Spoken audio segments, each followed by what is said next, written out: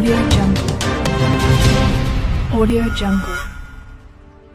దసరా శరన్నవరాత్రి మహోత్సవాలలో భాగంగా తొలి రోజున శ్రీ బాల త్రిపుర సుందరి దేవి అలంకరణలో కొలువై ఉన్న విజయవాడ కనకదుర్గమ్మ అమ్మవారిని హోంశాఖ మంత్రి వంగలపూడి అనిత దర్శించుకున్నారు.